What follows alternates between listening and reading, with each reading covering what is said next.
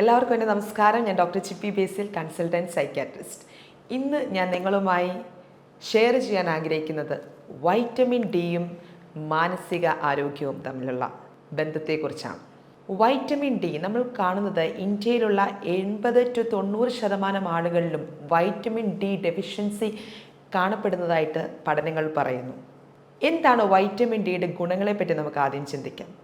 Vitamin ഡിയുടെ ഗുണങ്ങളിൽ പ്രധാനപ്പെട്ടൊരു ഗുണമാണ് നമുക്ക് മാനസിക ആരോഗ്യം നിലനിർത്താൻ, അതായത് സങ്കടങ്ങളും ചില വിഷമങ്ങളും ഒക്കെ നമുക്ക് നേരിടുവാനൊക്കെ നമുക്ക് സഹായിക്കുന്ന ഒരു ഘടകമാണ് വൈറ്റമിൻ ഡി. അതായത് ഡിപ്രസീവ് സിംറ്റംസ് വരാതെ സൂക്ഷിക്കുവാൻ നമുക്ക് സഹായിക്കുന്ന ഒരു ഘടകമാണ് വൈറ്റമിൻ, അല്ലെങ്കിൽ ഒരു ന്യൂട്രീഷനാണ് വൈറ്റമിൻ ഡി.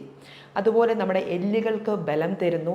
മുടി കൊഴിച്ചിലൊന്നും വരാതിരിക്കുവാൻ നമുക്ക് വൈറ്റമിൻ ഡി ഒരു പരിധിവരെ നമ്മളെ സഹായിക്കുന്നു. Type 1, type 2, diabetes mellitus, systemic hypertension ഇവയൊക്കെ ഒരു പരിധിവരെ വരാതിരിക്കുവാൻ നമ്മളെ സഹായിക്കുന്നു. അതുപോലെ തന്നെ നമുക്ക് കാൽസ്യം, നമ്മുടെ ശരീരത്തിലെ കാൽസ്യം ആഗിരണം ചെയ്യുവാനും വൈറ്റമിൻ ഡി നമ്മളെ ഹെൽപ്പ് ചെയ്യുന്നു.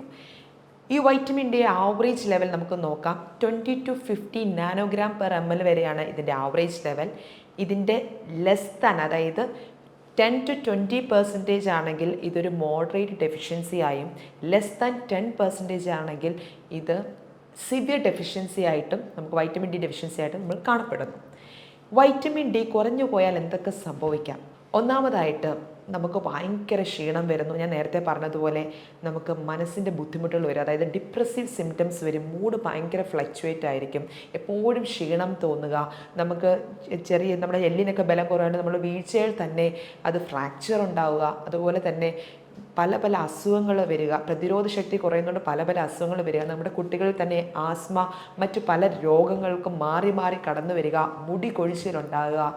ഈ കാര്യങ്ങളൊക്കെ വൈറ്റമിൻ ഡി ഡെഫിഷ്യൻസിയിൽ കാണപ്പെടുന്നുണ്ട്. വൈറ്റമിൻ ഡി എങ്ങനെ നമുക്ക് ലഭിക്കും? 80% വരെ സൂര്യപ്രകാശത്തിലൂടെയാണ് നമുക്ക് വൈറ്റമിൻ ഡി ലഭിക്കുന്നത്.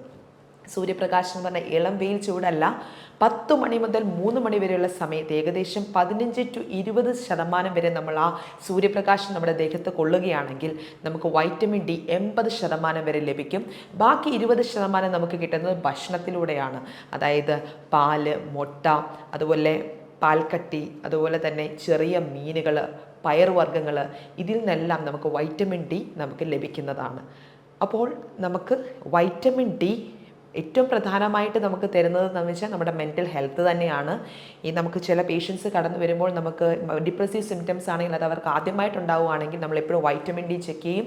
അത് കുറവാണെങ്കിൽ, മോഡറേറ്റ് ടു സിവിയർ ഡെഫിഷ്യൻസി ആണ് വൈറ്റമിൻ ഡി എങ്കിൽ 60,000 ഇൻ്റർനാഷണൽ യൂണിറ്റ് വെച്ച് വീക്കിലി വെച്ച് 6 വീക്സ് കൊടുക്കാം.